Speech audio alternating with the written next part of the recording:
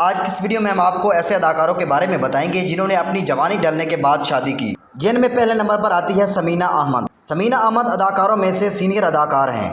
انہوں نے 70 سال کی عمر میں ایک بوڑھے اداکار منظر صبائی کے ساتھ شادی کرنے کا فیصلہ کیا اور انہوں نے 2020 میں ایک سادہ طرز کی شادی کر لی اور بعد میں سوشل میڈیا کے ذریعے لوگوں کو شادی کے بارے میں بتا دیا۔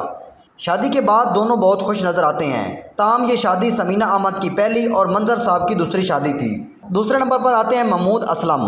محمود اسلم مشہور زمانہ ڈرامے بلبل میں محمود کے نام سے مشہور ہیں اور ان کی عمر اس وقت 70 سال سے زیادہ ہے۔ ان کی پہلی شادی لاہور کے مشہور شکیل خاندان میں ہوئی اور ان میں سے ایک بیٹی اور ایک بیٹا بھی ہے، لیکن یہ شادی چند عرصے تک ہی چلی اور اس کے بعد دونوں کی طلاق ہو گئی۔ اس کے بعد محمود اسلم نے 60 سال کی عمر میں ٹی وی کی اداکارہ نوشین کے ساتھ شادی کرنے کا فیصلہ کیا اور انہوں نے شادی کر لی اور اب اس شادی سے ان کی 2 بیٹیاں ہیں اور اب وہ دونوں میاں بیوی بہت اچھی زندگی گزار رہے ہیں۔